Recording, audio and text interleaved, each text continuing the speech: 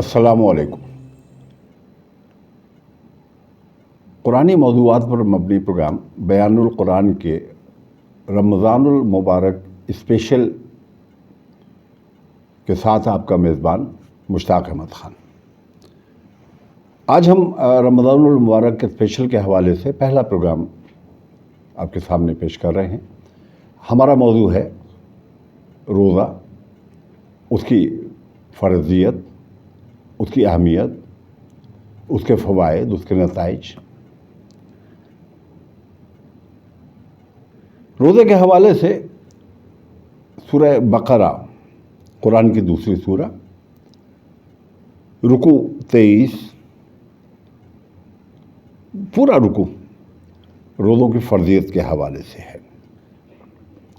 یا ایھا الذین آمنوا کتب علیکم الصیام کما کتب علی الذین من قبلکم لعلکم تتقون۔ اے لوگو جو ایمان لائے ہو، تم پر روزے فرض کیے گئے ہیں جیسے تم سے پہلی امتوں پر فرض کیے گئے، لعلکم تتقون، تاکہ تم پرہیزگار بنو، تقوی کے حامل بنو۔ خطاب ہے اہل ایمان سے۔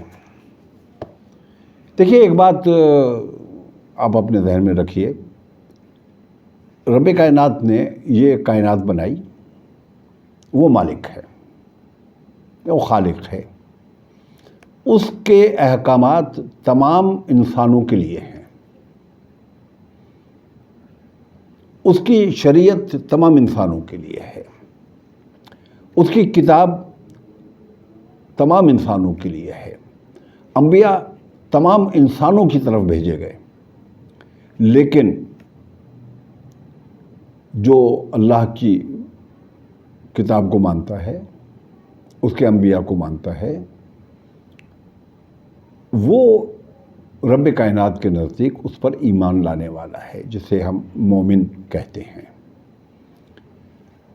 تو جب رب کائنات اپنے احکامات کی پابندی کی، پاسداری کی، ان پر عمل درآمد کی بات کرتے ہیں تو اہل ایمان کو مخاطب کرتے ہیں۔ یا ایھا الذین آمنوا، اے لوگو جو ایمان لائے ہو،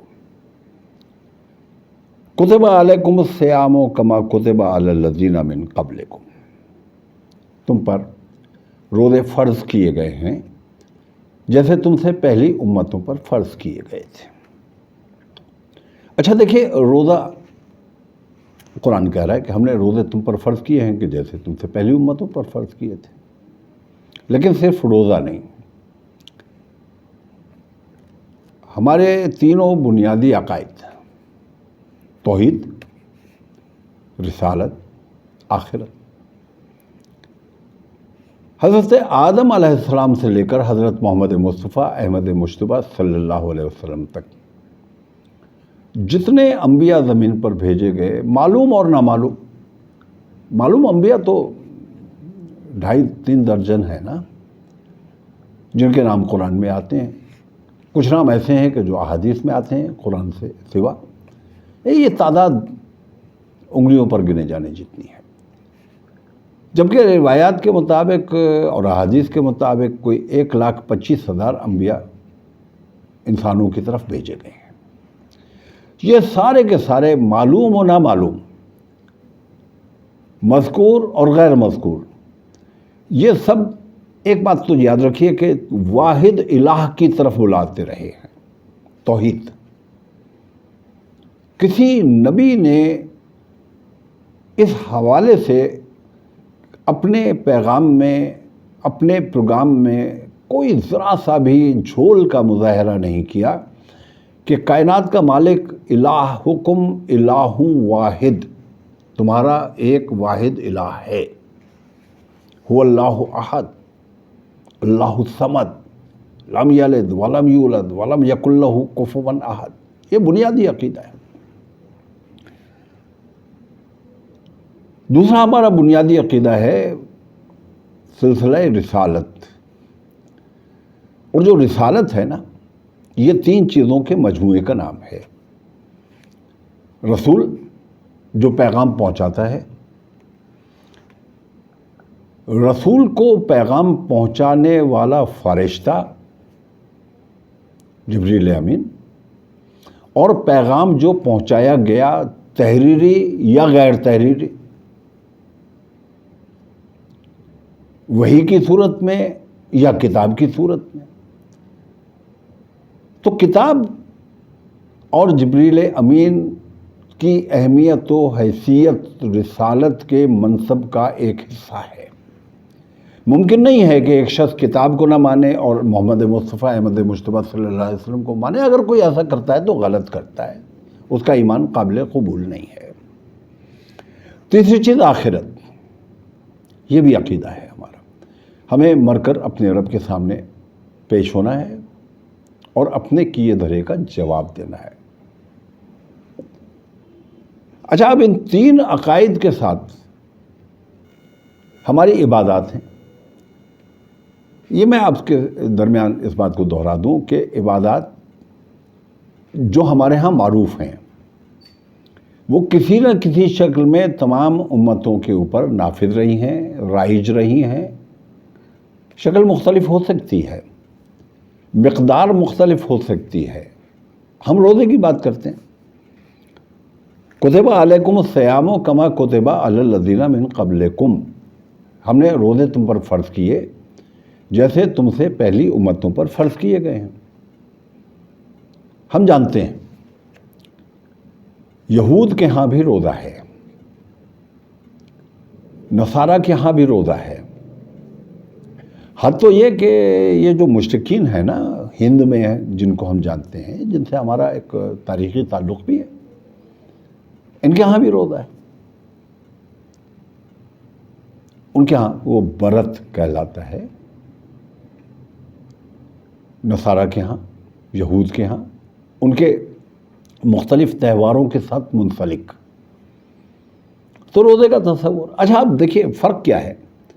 ہم پر ایک مخصوص مہینے کے روزے فرض کیے گئے ہیں، 29 ہوں گے یا 30 ہوں گے. ممکن ہے کہ یہود پر کسی اور مہینے کے روزے فرض ہوں، ممکن ہے کہ ان کی تعداد اس سے کم ہو یا زیادہ ہو نصارہ. لیکن ایک بات طے ہے، آج بھی نصارہ روزہ رکھتے ہیں، یہود روزہ رکھتے ہیں، ہنود روزہ رکھتے ہیں.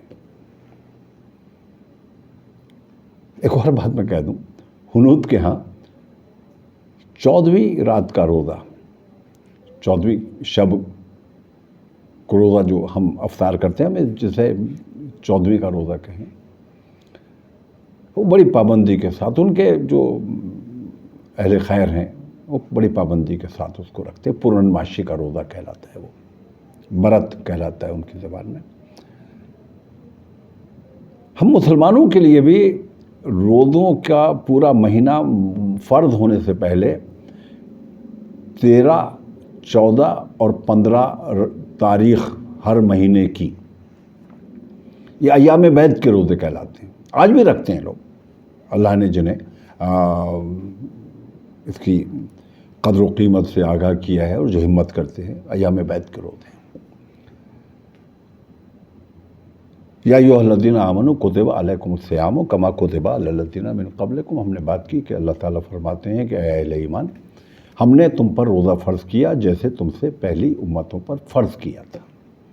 میں نے عرض کیا تھا کہ عبادات کی شکلیں بدلتی رہی ہیں، لیکن عبادات کا تصور تمام امتوں میں موجود رہا ہے. مثال کے طور پر سجدہ، سجدے کی کوئی نہ کوئی صورت. ہمارے ہاں سجدہ نماز، ہمارے ہاں ایک صورت رائج ہے.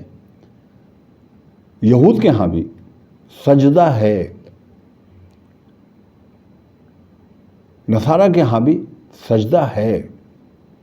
یعنی نماز کی ایک شکل ہے، سر کو جھکانے کا، ایک رب کائنات کی بندگی کا ایک اظہار. مال اللہ کی راہ میں خرچ کرنا، جس کو ہم زکوٰۃ کہیں، خیرات کہیں، صدقات کہیں، مال کا اللہ کی راہ میں خرچ کرنا بھی تمام امتوں میں اس کا تصور موجود رہا ہے.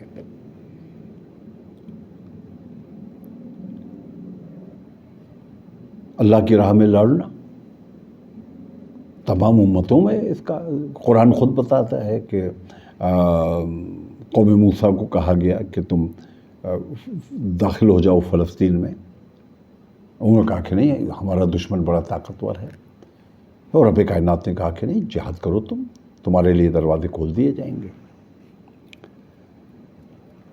لعلکم تتقون، روزہ کیوں فرض کیا گیا ہے؟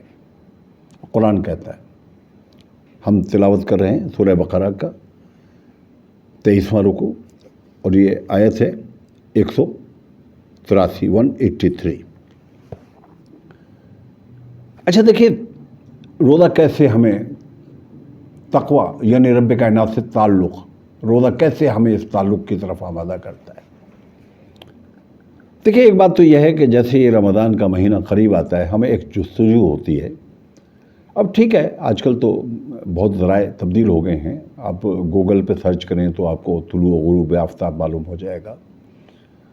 لیکن جب یہ سب کچھ سہولتیں میسر نہیں تھیں، تب بھی اور اب بھی جو روزہ رکھنا چاہتا ہے اسے وہ جستجو کرتا ہے کہ صبح صادق کا وقت کل کیا ہوگا۔ آج اگر چاند نظر آ گیا ہے تو کل مجھے روزہ رکھنا ہے، سحری کرنی ہے، صبح صادق کا وقت کیا ہوگا۔ اچھا، صبح صادق کا لفظ میری زبان پہ آیا تو روزے کے آغاز کا وقت صبح صادق ہے۔ صبح صادق کے وقت ہم کھانا پینا ترک کر دیتے ہیں غروب آفتاب تک کے لیے۔ یہ صبح صادق ہے کیا؟ سورج کے طلوع ہونے سے 80 منٹ قبل، یعنی اگر سورج 7 بجے طلوع ہو رہا ہے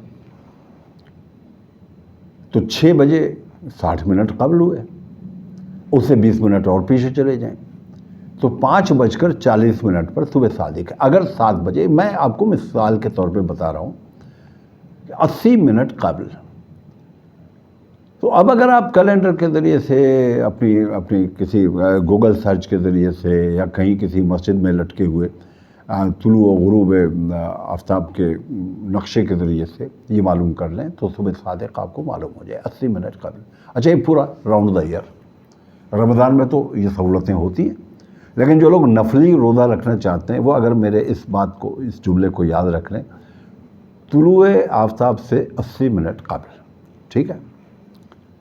کرتے کیا ہے، ہم 80 منٹ پہلے ہم کھانا پینا ترک کر دیتے ہیں۔ سحری ہمارے سامنے سجی ہوئی ہے، ہم کھانا کھا رہے ہیں، ہم پراٹھے کھا رہے ہیں، ہم چائے پی رہے ہیں، ہم مشروبات استعمال کر رہے ہیں، ہم پانی استعمال کر رہے ہیں، اور نظر اس پر ہے کہ دیکھیں یہ بس صبح صادق کا وقت ہوا چاہتا ہے۔ آخر ہوتا کیا ہے صبح صادق کے وقت؟ کہیں سائرن بجتا ہے، یا آپ اپنے الارم کوئی سیٹ کر لیتے ہیں گھر میں کسی گھڑی میں، یا آپ اپنے موبائل میں الارم سیٹ کر لیتے ہیں اور وہ ٹن ٹن ٹن شروع ہوتی ہے اور آپ کہتے ہیں بس صبح صادق ہو گئی، اب کھانا نہیں ہے۔ کیا کھا رہے تھے آپ؟ حلال کھا رہے تھے نا، پانی حلال ہے نا، گندم حلال ہے نا، آپ جو دال سبزی ترکاری گوشت جو کچھ بھی کھا رہے تھے حلال ہے نا، اب کیوں نہیں کھا رہے؟ میرے سوال پر توجہ دیجیے گا۔ یہ تو رب کائنات نے حلال کیا ہے نا، پانی تو حلال ہے، اور نہ صرف پانی حلال ہے، پاک ہے اور پاک کرنے والا ہے۔ آپ پاکی حاصل کرتے ہیں اس سے، آپ غسل کرتے ہیں، آپ وضو کرتے ہیں، اسی پانی سے میت نہلائی جاتی ہے۔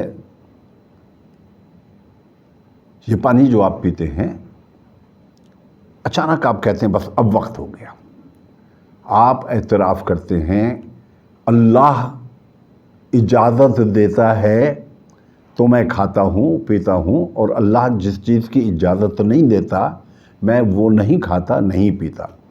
اور نہ صرف یہ کہ جس چیز کو اللہ نے حرام قرار دیا ہے میں اس سے رکتا ہوں، بلکہ 1 مہینہ میں مسلسل یہ پریکٹس کرتا ہوں، مشقت اٹھاتا ہوں۔ جس چیز کو اللہ نے حلال قرار دیا ہے، جب اللہ کہتا ہے کہ نہیں رمضان میں نہیں، صبح صادق کے بعد نہیں، تو میں رک جاتا ہوں۔ تو اب بات یہ ہے کہ جب جو بندہ مومن صبح صادق کے وقت پانی نہیں پیتا، کیا وہ شراب پی سکتا ہے؟ حلال کھانا نہیں کھاتا، حلال گوشت نہیں کھاتا، وہ کیا کسی ایسے جانور کا گوشت کھا سکتا ہے کہ جو اللہ تعالیٰ نے مستقل بالذات حرام قرار دیا ہے؟ روزہ بتاتا ہے کہ نہیں، دیکھو کون ہے تمہارے لیے اجازت دینے والا اور اجازت سلب کر لینے والا، اللہ رب العالمین ہے۔ تو تقویٰ کی بنیاد رکھ دی گئی۔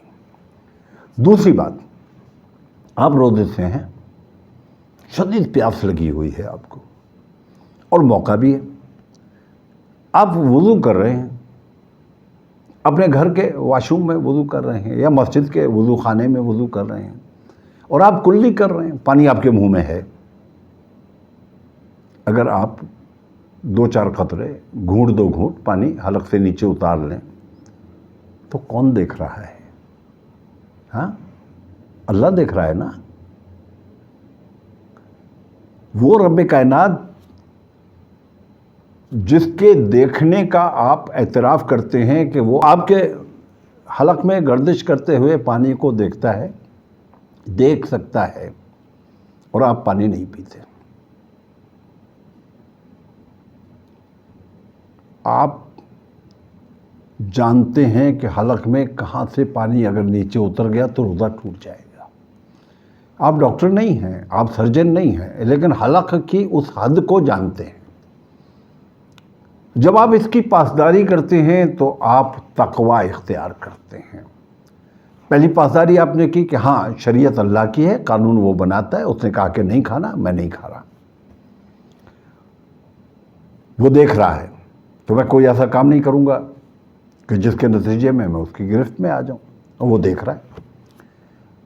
وہ جو آپ کے حلقوں میں گردش کرنے والے پانی کو دیکھ رہا ہے، وہ سارا سال، پوری عمر آپ کے ایک ایک عمل کو دیکھ رہا ہے، اور آپ کی اسکیننگ ہو رہی ہے، آپ کا جائزہ تیار ہو رہا ہے، آپ کی مارکنگ ہو رہی ہے، پازیٹیو اور نیگیٹو۔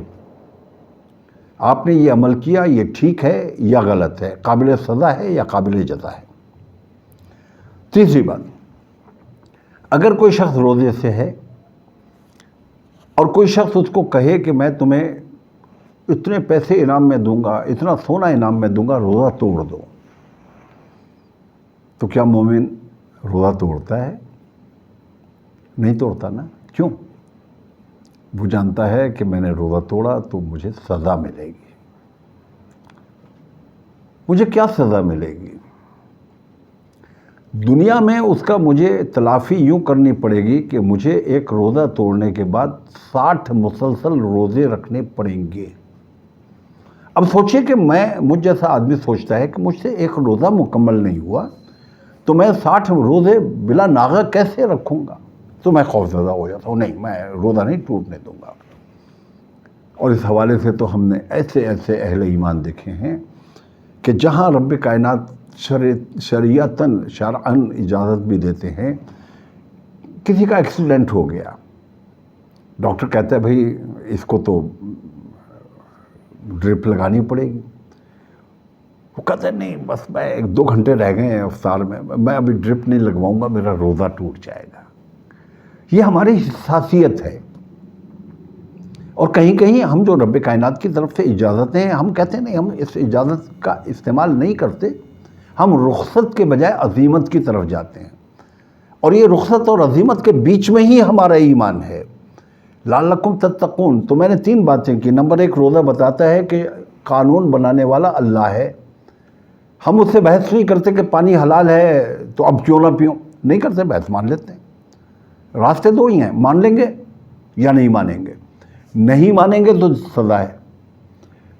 ہم اس کو عالم الغیب مانتے ہیں، ہم پانی نہیں پیتے، چھپ کر کے بھی نہیں پیتے، کلی کے دوران بھی نہیں پیتے، ہم روزہ نہیں توڑتے۔ لعلکم تتقون، تو پھر یہ تقویٰ کی آبیاری ہوتی ہے۔ ایام معدودات، تھوڑے سے تو دن ہیں، اور آپ دیکھیے واقعی رمضان بتاتا ہے کہ یہ 29 یا 30 لگتے ہیں، لیکن جب گزرنا شروع ہوتے ہیں تو ایسے ہی گزر جاتے ہیں۔ ویسے تو زندگی ایسے ہی گزر جاتی ہے، آسانی سے بھی اور تنگی کا وقت بھی بالآخر گزر جاتا ہے۔ اب ایک اجازت ہے، فمن کان منکم مریضا او علی سفر فعدۃ من ایام اخر، تم میں سے جو بیمار ہو یا حالت سفر میں ہو تو وہ اپنا روزہ مؤخر کر لے، جسے ہم قضا کرنا کہتے ہیں۔ یہ اللہ تعالیٰ کی طرف سے سہولت ہے، اجازت ہے۔ آج کل سفری معاملات تو بہت آسان ہیں، لیکن ان سفری معاملات کی آسانی کے باوجود بعض اوقات تجربہ یہ بتاتا ہے کہ اللہ کی طرف سے دی گئی اس اجازت کا استعمال انسان کے لیے کتنا فائدہ مند ہے۔ مجھے خود ایک تجربہ ہوا، میں ایک بار ایک سفر سے واپس آ رہا تھا، اور روہڑی سے حیدرآباد تک کا سفر تھا۔ روہڑی میں میرے عزیز بھی ہیں، انہوں نے مجھ سے کہا کہ ہم آپ کے لیے ٹفن بنا دیتے ہیں سحری کے لیے۔ میں نے کہا کہ تو وہ 3 بجے تو حیدرآباد پہنچ جائے گی گاڑی۔ وہ گاڑی راستے میں خراب ہو گئی، بالکل ایک ویران بیابان جنگل میں، میرے پاس نہ پانی نہ کھانا۔ تو رب کائنات کی شریعت مجھے اجازت دیتی ہے کہ میں روزہ مؤخر کر دوں، اس کو میں آئندہ آنے والے دنوں میں رمضان کے بعد تکمل العدہ اس کی گنتی پوری کروں۔ مریض ہے، مریضوں کی 2 اقسام ہیں۔ ایک وہ کوئی بخار ہو گیا اور کسی نوعیت کی طبیعت خراب ہو گئی، بی پی ڈاؤن ہو گیا، ڈاکٹر کہتا ہے بھئی 1-2 دن کے لیے روزہ چھوڑ دو، آپ نے چھوڑ دیا۔ ایک ہے مستقل مریض جو اس کیفیت سے باہر آ نہیں سکتے، بہت ہی جن کو ہائی شوگر ہوتی ہے، ان کو ڈاکٹر کہتے ہیں کہ نہیں بھئی آپ روزہ، تو ان کے لیے پھر ان کا فدیہ ہے۔ وَعَلَى الَّذِينَ يُطِيقُونَهُ فِدْيَةٌ طَعَامُ مِسْكِينٍ، تو جو ہمت رکھتا ہو لیکن روزہ نہ رکھنا چاہے تو وہ روزے کا فدیہ عطا کر دے مسکین کو کھانا کھلانے کی صورت میں۔ لیکن آیت کا یہ ٹکڑا منسوخ ہو گیا، آنے والے دنوں میں رب کائنات نے یہ اجازت واپس لے لی، اور اہل ایمان پر فدیہ صرف اس صورت میں ہے کہ یا تو وہ اس کیفیت میں ہو کہ روزہ آئندہ رکھ ہی نہ سکتا ہو۔ فمن تطوع خیرا فہو خیر لہ، تو جو تقوی اختیار کرے وہ اس کے لیے بہتر ہے۔ وان تصوموا خیر لکم ان کنتم تعلمون۔ اچھا، یہ رمضان، یہ روزے ہیں کس مہینے میں؟ شہر رمضان الذی انزل فیہ القرآن۔ اب 2 چیزیں مل گئی یہاں پر۔ یہ ماہ مبارک جس میں اہل ایمان پر یعنی امت محمد صلی اللہ علیہ وسلم پر روزے فرض کیے گئے ہیں، یہ وہی ماہ مبارک ہے کہ جس میں قرآن نازل کیا گیا ہے۔ تو رمضان کا ایک تعلق قرآن سے ہے۔ ھدی للناس، یہ قرآن ہے کیا؟ انسانوں کے لیے ہدایت۔ وبینات من الہدی والفرقان، جس میں کھلی ہدایت کی نشانیاں ہیں اور یہ حق اور باطل کو الگ کرنے والی ہے۔ یہ قرآن کی تعریف ہو رہی ہے۔ اچھا، قرآن اور رمضان تو پھر ملے ہوئے ہیں نا۔ جس مہینے میں قرآن نازل ہوا ہے یہی مہینہ رب کائنات نے منتخب کیا اہل ایمان کے لیے کہ اس کے دنوں میں روزہ رکھیں، رات کو تراویح پڑھیں یعنی قرآن کی تلاوت کریں اور قرآن سے جڑ جائیں۔ فمن شاہد منکم الشہر فلیصم، تو تم میں سے جو کوئی اس مبارک مہینے کو پائے تو وہ روزہ رکھے۔ دیکھیے، اسلامی مہینوں کا معاملہ یہ ہے کہ اسلامی مہینے شمسی قمری مہینے ہیں۔ اس کا تعلق چاند کے دیکھے جانے سے ہے، رؤیت ہلال۔ ہمارے ہاں یہ بات بھی ہوتی ہے، بعض لوگ یہ بات کرتے ہیں کہ اب تو سائنس اتنی آگے نکل گئی ہے کہ چاند کی برتھ سائنٹیفکلی کیلکولیٹ ہو جاتی ہے، حساب لگایا جا سکتا ہے چاند کب نظر آئے گا اور کب نظر نہیں آئے گا۔ میں اس سے اتفاق کرتا ہوں۔ میں ان علوم سے نہ صرف واقف ہوں بلکہ کسی حد تک دسترس رکھتا ہوں، اور میں جانتا ہوں کہ ایک قمری مہینہ 29 دن، اتنے گھنٹے، اتنے منٹ اور اتنے سیکنڈ پر مشتمل ہوتا ہے۔ اسی حوالے سے اس بات کا تعین کیا جاتا ہے جس کو ہم نیو مون بورن کہتے ہیں، نئے چاند کی ولادت، ایک ہے رویت، ایک ہے ولادت۔ چاند کچھ عرصے نظر نہیں آتا، 2 راتیں ایسی ہوتی ہیں کہ جس میں چاند نظر نہیں آتا، اس کے بعد چاند پیدا ہو جاتا ہے۔ چاند کے پیدا ہونے کے بعد میں ایک طویل دورانیہ چاہیے جو کوئی 18 سے 20 گھنٹوں پر مشتمل ہے۔ اس سے پہلے چاند انسانی آنکھ کو نظر نہیں آتا۔ جب انسانی آنکھ کو نظر آتا ہے تو یہ رویت ہے۔ قرآن اس کی ولادت سے بات نہیں کرتا، اس کی رویت سے بات کرتا ہے۔ فمن شہدہ، جب تم گواہی دو، دیکھو، جب تم اس کو اپنے پاس پاؤ، منکم الشہر فلیصم۔ میں یہاں پر اس پر کوئی تفصیلی بات نہیں کر رہا، لیکن میں اشارتاً آپ سے یہ بات کر رہا ہوں کہ آپ اپنے ذہن میں اس بات کو واضح رکھیے۔ اسی لیے نبی علیہ الصلوۃ والسلام اس کا اہتمام فرمایا کرتے تھے۔ ماہ کی 29 تاریخ کو آپ لوگوں کے ساتھ جمع ہوتے، افلاک کی طرف دیکھتے اور تعین فرماتے کہ چاند نظر آ گیا ہے یا نظر نہیں آیا ہے۔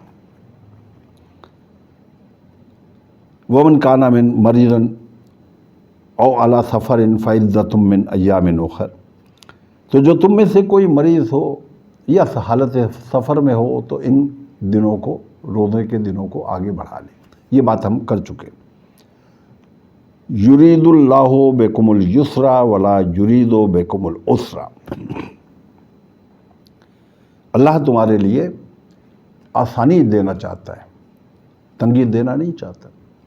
دیکھیے، اگر یہ کہا جاتا کہ چاہے مریض ہو روزہ تو رکھو تو مشکل تو ہوتی نا۔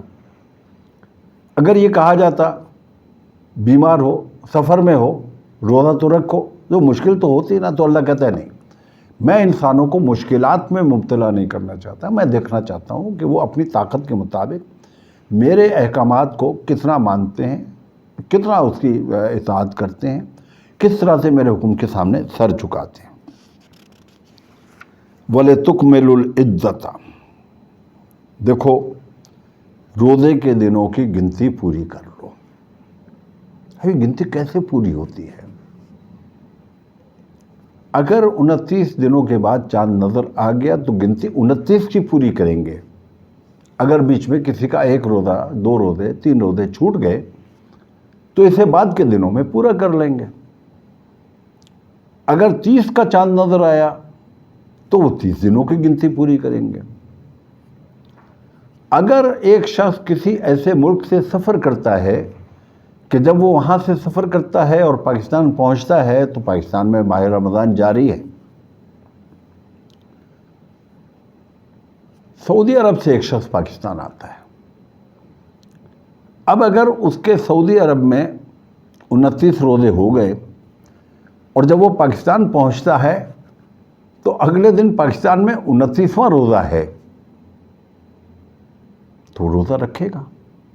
ہاں، اگر اس کا روزہ اس دن 30واں ہو گیا، سعودی عرب میں ایک دن پہلے شروع ہوا، وہ جب پاکستان پہنچا تو 29 رکھ چکا تھا، اس نے اپنا 30واں رکھا اور 29 تاریخ کو شام کو چاند نظر نہیں آیا تو وہ اگلے دن کا روزہ نہیں رکھے گا، اس لیے کہ اس نے 30 کی گنتی پوری کر لی، اور کوئی بھی قمری مہینہ 30 دنوں سے زیادہ کا نہیں ہو سکتا۔ یہ علی حد القیاس میں عرض کر رہا ہوں تاکہ آپ کے علم میں یہ بات ہو۔ بعض اوقات لوگ سفر کرتے ہیں اور اس مشکل کا شکار ہوتے ہیں، یا اس نے کسی ایسے طرف سفر کیا کہ پاکستان سے سفر کیا، وہ سعودی عرب پہنچا، اس کے 28 روزے ہوئے تھے، وہاں پہنچا تو وہاں تو چاند نظر آ گیا اور اگلے دن وہ نماز عید پڑھے گا، روزہ نہیں رکھے گا۔ وہ وہاں کے قانون اور ماحول کے مطابق عید پڑھے گا، روزے اس کے 28 ہوئے ہیں، وہ رمضان کے بعد میں وَلِتُكْمِلُوا الْعِدَّةَ گنتی پوری کرے گا۔ وَلِتُكَبِّرُوا اللَّهَ عَلَى مَا هَدَاكُمْ، اللہ کی کبریائی بیان کرو اس بات پر کہ اس نے تمہارے اوپر ہدایت کا احسان کیا ہے۔ یہ جو نماز عیدین ہے تکبر اللہ علی ما ہداکم، اللہ کی کبریائی کا اعلان ہے، اللہ کا شکر ہے، اللہ کا احسان ہے۔ لعلکم تشکرون، تاکہ تم شکر گزار بنو۔ سامعین کرام، یہ تو روزے کی فرضیت، اہمیت، اس کے مقاصد، اس کے قوانین سمجھ لیجئے۔ میں اگر آپ سے دو باتیں اور کر کے آج کی بات پوری کروں۔ دیکھیے، یہ ماہ رمضان ہمیں ایک عجیب و غریب قسم کی سہولت فراہم کرتا ہے۔ آپ جانتے ہیں نماز تہجد کی بڑی اہمیت ہے، لیکن عام دنوں میں عام طور پر عام لوگوں کے لیے نماز تہجد کی پابندی ذرا مشکل ہوتی ہے۔ جو کرتے ہیں اللہ ان کی توفیقات میں اضافہ فرمائے۔ لیکن آپ رمضان میں آپ کے ساتھ کیا ہوتا ہے؟ آپ سحری کے لیے بیدار ہوتے ہیں تو وہ تہجد کا وقت ہوتا ہے۔ میں آپ سے ایک درخواست کرتا ہوں، آپ کو سحری کے لیے جتنا وقت بھی درکار ہے، میں پھر وہی مثال کی بات کرتا ہوں کہ 5:40 پر سحری مکمل ہو جانی ہے، اور آپ اپنے اہل خانہ سے کہتے ہیں کہ بھائی مجھے تو 15 منٹ لگتے ہیں سحری کرنے میں، 20 منٹ لگتے ہیں، تو مجھے 5:20 پر بھی میں اگر ڈائننگ ٹیبل پہ بیٹھوں گا تو میں سحری مکمل کر لوں گا۔ میں آپ سے عرض کرتا ہوں، آپ 5:20 پر نہ اٹھیں، آپ 15 منٹ اور پہلے اٹھیں۔ اچھا، ہمارے ہاں ایک عمومی سی عادت ہے، لوگ اٹھتے ہیں، منہ دھوتے ہیں، کلی کرتے ہیں، سحری کر لیتے ہیں۔ آپ وضو کیوں نہیں کرتے؟ دیکھیں ہے کیا بھئی، آپ منہ دھوتے ہیں، آپ کلی کرتے ہیں، آپ بازو آپ یہاں تک دھوتے ہیں نا، آپ اس کو کونیوں تک دھو لیں۔ ایک پیر ہی تو بچ جاتے ہیں بیچارے، تو پیر بھی دھو لیں، وضو ہو گیا۔ آپ اٹھے، بیدار ہوئے، آپ نے وضو کیا، آپ 4 رکعت کا سوچ لیں، ارادہ کر لیں، 2 رکعت کر کے 4 رکعت کم از کم نوافل ادا کریں۔ جتنا قرآن یاد ہے پڑھیں، جتنا وقت آپ اسپیئر کر سکتے ہیں پڑھیں۔ بہت زیادہ آپ کو یاد نہیں ہے، چھوٹا سا یاد ہے، تھوڑا سا یاد ہے۔ قرآن کی آخری 10 سورتیں تو تقریباً ہمارے ہاں جو قرآن پڑھاتے ہیں وہ 10 سورتیں تو یاد کرا ہی دیتے ہیں۔ اور میں تو اس سے بھی آگے بڑھ کے بات کرتا ہوں کہ اگر وقت بہت ہی تنگ ہے تو آپ والعصر پڑھ لیں، انا اعطیناک الکوثر پڑھ لیں، 3 منٹ لگیں گے، 2 منٹ لگیں گے 2 رکعت میں۔ آپ ایسا کر لیں گے تو آپ کو اندازہ ہوگا کہ تہجد گزاروں میں آپ شامل ہو گئے، اور جب آپ مہینہ بھر یہ کریں گے تو پھر مہینے کے بعد بھی انشاءاللہ آپ کو یہ توفیقات ملیں گی، ملتی رہیں گی۔ دوسری بات، یہ جو افطار کا وقت ہے یہ تو مزدوری وصول کرنے کا وقت ہے۔